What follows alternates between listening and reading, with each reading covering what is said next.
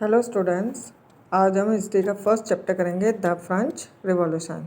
जैसा कि आपको पता है कि आपका रिवाइज सिलेबस आ गया है, जिसमें कुछ टॉपिक्स हटा दिए गए हैं और कुछ टॉपिक जो आपके सिलेबस में रखे गए हैं उसको हम कवर करेंगे। मैं आपको वही टॉपिक कराएंगे जो आपके एग्ज़ाम में आएंगे, और जो रिमूव कर देंगे उनको हम वैसे ही शॉर्ट में देख लेंगे बाद में, लेकिन पहले जो आने वाले हैं उसको हम कंप्लीट करेंगे। On the morning of 40 July 1789, the city of Paris was in state of alarm. 14 जुलाई 1789 की सुबह पेरिस नगर में आतंक का माहौल था। The king had commanded troops to move into the city. वहाँ के राजा ने सैनिक टुकड़ों को आदेश दिया सिटी में प्रवेश करने का, यानी पेरिस में प्रवेश करने का। Rumours spread that he would soon order the army to open fire upon the citizen. ये अफवाह फैली हुई थी कि जो राजा है वो सैनिकों को ये आज्ञा दे सकता है कि वो गोली चलाने का आदेश दे सकता है नागरिकों पर। सम 7,000 men and women gather in front of the town hall and decide to form a people's militia. लगभग 7,000 मर्द और औरतें टाउन हॉल के सामने इकट्ठे हुए और उन्होंने एक जन सेना बनाने का डिसीजन लिया। They broke into a number of government building in search of arms. वे हथियारों की खोज में बहुत से सरकारी भवनों में जबरन प्रवेश कर गए। कौन? यहाँ पेरिस की जनता। Finally, a group of several hundred people marched towards the eastern part of the city and stormed the fortress prison, the Bastille, where they hoped to find hoarded ammunition. अंततः सैकड़ों लोगों का एक समूह पेरिस नगर के पूर्वी भाग की ओर चल पड़ा और वहाँ पर बास्तिल किले की जेल, बास्तिल एक किला था जो जेल के रूप में काम में लेते थे वहाँ के लोग, बास्तिल किले की जेल को तोड़ डाला, जहाँ पर भारी मात्रा में क्या मिले उनको? गोला बारूद। वहाँ की जनता को भारी मात्रा में गोला बारूद बरामद हुए। In the arm fight that follow the commander of the Bastille was killed and the prisoner released thought they were only 7 of them. हथियारों पर कब्जे की इस सशस्त्र लड़ाई में जो कमांडर था बास्तिल का वो मारा गया और कैदी छुड़ा दिए गए, जो उनकी संख्या कितनी थी? 7। बास्तिल के किले में जो कैदी थे वो उनकी संख्या थी 7, उनको छुड़ा लिया गया था। Yet the Bastille was hated by all because it stood for the despotic power of the king. सम्राट की निरंकुश शक्तियों का प्रतीक होने के कारण बास्तिल का किला लोगों की घृणा का केंद्र था। The fortress was demolish and its stone fragments were sold in the markets to all those who wish to keep souvenirs of its destruction. इसलिए किले को बहा दिया गया और उसके शेष बाजार में उन लोगों को बेच दिए गए जो ध्वंस को बजौर स्मृति चिन्ह संजोना चाहते थे। The days that followed saw more rioting both in Paris and the countryside. इस घटना के बाद कई दिनों तक पेरिस और उसके देहाती इलाकों में काफ़ी संघर्ष हुए। Most people were protesting against the high price of bread. अधिकतर लोग पाव रोटी की महंगी कीमतों का विरोध कर रहे थे। Much like that, when historians look back upon it this time, they saw it the beginning of chain of events that ultimately led to be the executions of the king in France. Though most people at the time did not anticipate these outcomes. इस बाद में इस दौर जो ये time period था, जो इसका स्टार्टिंग हुआ था, इस इतिहासकारों ने इस घटनाक्रम को ऐसी कड़ियों के रूप में, चेन ऑफ इवेंट, ऐसी शुरुआती घटनाओं की कड़ियों के रूप में देखा, जिसका रिजल्ट ये हुआ कि फ्रांस में सम्राट को फांसी दिए जाने में हुई। हालांकि उस समय लोगों को ऐसे नतीजे की उम्मीद नहीं थी, मतलब आउटकम यानी ऐसे रिजल्ट की उम्मीद नहीं थी। ऐसा क्यों और कैसे हुआ? मतलब जो भी इवेंट्स हुए उसका रिजल्ट ये निकला कि लास्ट में जो फ्रांस का सम्राट था उसको फांसी दे दी गई थी। अब ये क्रांति क्यों हुई, क्या रीज़न था, अब हम आगे पढ़ेंगे। ये है storming of the Bastille. Soon after the demolitions of the Bastille, artists made prints commemorating the event.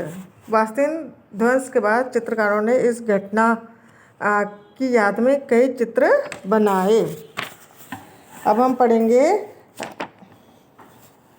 French society during the late 18th century.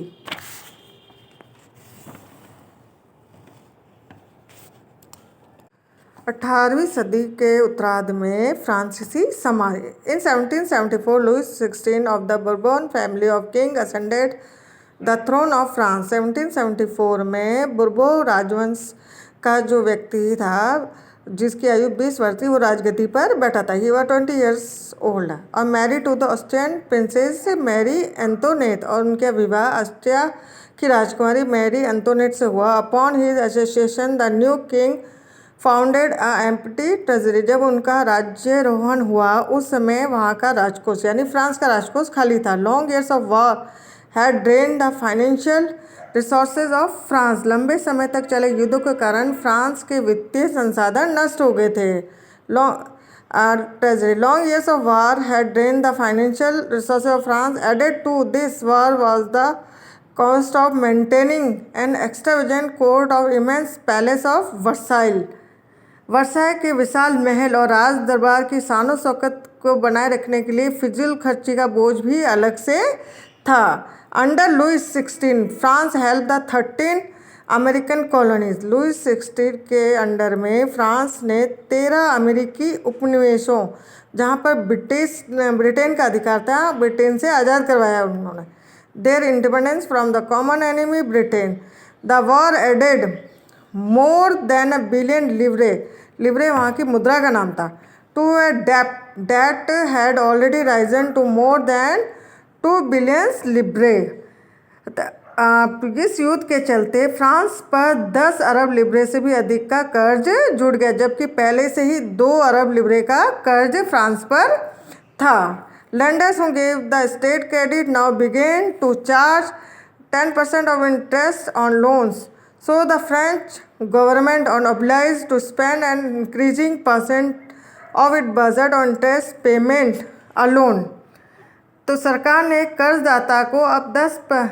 से कर्जदाता अब 10% ब्याज की मांग करने लगी। कितने प्रतिशत की? 10% की। उसके बाद फ्रांसीसी सरकार ने जो अपना बजट का बहुत बड़ा हिस्सा जो दिनों दिन बढ़ते जा रहे कर्ज को चुकाने पर मजबूर थी। To meet is regular expensive such as cost of maintaining an army, court, running government offices, university, state was force to increase tax. जैसे कि सेना के रख रखाव, सरकारी कार्यालय और जो विश्व यूनिवर्सिटीज़ थी उनके रखरखाव के लिए उन्होंने क्या करा? टैक्स बढ़ाने के लिए बाध्य होगी सरकार। Yet even this measure would not have sufficient, लेकिन यह कदम ना काफ़ी था। French society in the 18th century was divided into 3 estate। Only member of the 3rd state paid tax. इस समय 18वीं शताब्दी में जो फ्रांसीसी समाज था 3 वर्गों में विभाजित था, यानी 3 estate में विभाजित था। उसमें से भी जो 3rd state के लोग होते थे वो ही टैक्स पे करते थे। जैसे कि ये 1st state clergy, 2nd state में नोबिलिटी, 3rd state में कौन से थे? Big businessman, merchant, court officer, lawyer etcetera, pheasant, artisan, small pheasant, landless labour, servants, ये होते थे। और इसमें से भी जो 3rd state वाले होते हैं ना यही टैक्स पे करते थे। फिगर 2 जो अभी अपन ने देखा, नहीं sorry, the society of state was part of the federal system that dated back to the middle edges.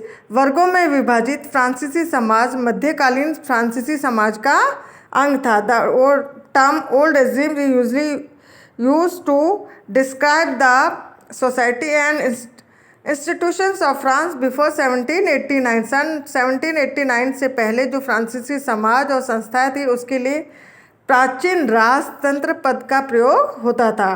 Figure to show how the system of state in French society were organise. Peasant made up of about 90% of population. जैसे अभी हमने वो table देखी जिसमें 3 estate में France society divide थी, उसमें भी 90% कौन से थे लोग थे? 90% जो जनसंख्या थी किसानों की थी 3rd state में। How ever only A small number of them own the land they cultivate, लेकिन उसमें से ज़मीन के मालिक बहुत ही कम किसान थे। About 60% of land was owned by the noble, और 60% जो लैंड थी नोबल्स, जो थर्ड स्टेट में जो नोबल्स लोग थे, इसके अलावा church and others richer member of the third state, इन लोगों के पास, जो अमीर वर्ग के लोग थे, चर्च के पादरी थे, उन लोगों के पास ये लैंड भूमि के मालिक थे ये लोग। The members of the first two estate, that is clergy and the nobility, enjoy certain privilege by the birth।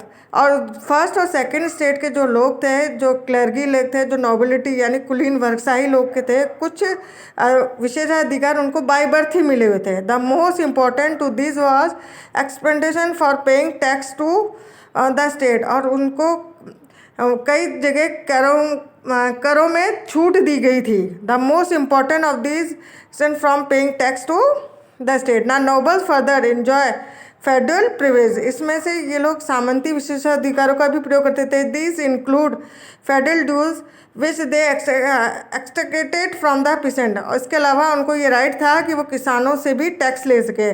Pheasant were obliged to render service to the lord, to work his house and field, to serve in the army, or to participate in building roads।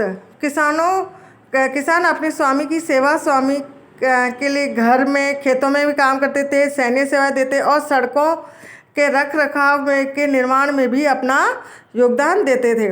The church too extracted its shares of taxes were called tithes. Tithes यानी जो एक ties एक धार्मिक कर का नाम था, वो किसानों से लिया जाता from the pheasant and the finally all member of the third state के जितने मेंबर थे वो उसको पे करते थे, हैड टू पे tax of the state. This include a direct tax, इसको डायरेक्ट टैक्स कहा जाता है, कॉल्ड टाइल। एक डायरेक्ट टैक्स लिया जाता है जिसको टाइल कहा जाता था। नंबर ऑफ इनडायरेक्ट टैक्स, इसके अलावा कुछ टैक्स ऐसे थे जो इनडायरेक्ट वे में लेके लिए जाते थे, which were levied on articles on every day consumption, like जो दैनिक उपभोग की जो वस्तुएं थी उन पे टैक्स लिया जाता, जैसे कि सॉल्ट और तंबाकू। The burden on financing activities of the state through tax was borne by the third state alone. इस प्रकार जो राज्य के वित्तीय कामकाज का सारा बोझ करों के माध्यम से कौन वहन करती थी?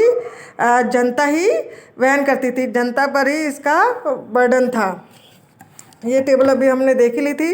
ये वर्ड्स याद, न्यू वर्ड्स आपको लर्न करना है। लिब्रे, unit of currency in France, discontinued in 1794। ये फ्रांस की करेंसी थी जिसको 1794 से डिसकंटिन्यू कर दिया गया था। Clergy, group of person invested with special function in the church, जो ऐसे लोगों का ग्रुप जो चर्च में पादरी जो पूजा पाठ का काम करता था, चर्च के विशेष कार्यों का करता था। टाइट, ये एक तरह का टैक्स था। A tax levied by the church comprise 1/10 of the agriculture produce, ये कृषि उपज के 10वें हिस्से के बराबर होता था। Tithe tax to be paid directly of the state, सीधे राज्यों को दिया जाने वाला कर।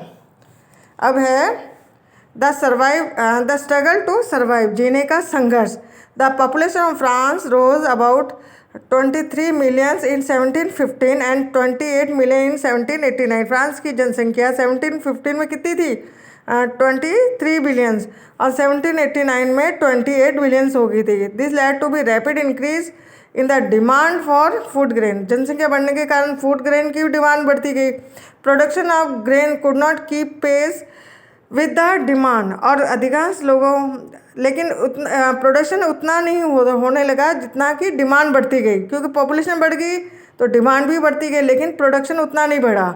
सो the price of bread which was the stable diet of the majority rose speedily, तो अधिकतर जो लोगों की जनसंख्या बढ़ने के कारण जो मुख्य खाद्य पदार्थ था पाव रोटी, उसकी कीमत में तेज़ी से वृद्धि हुई। Most worker were employed as labour in workshop whose owner fix their wages, अधिकतर जो मजदूर थे कारखानों में मजदूरी करते थे उनकी मजदूरी वहाँ के मालिक तय करते थे। But wages did not keep pace with the rise in price, लेकिन महंगाई की दर से उनकी जो मजदूरी वो नहीं बढ़ रही थी।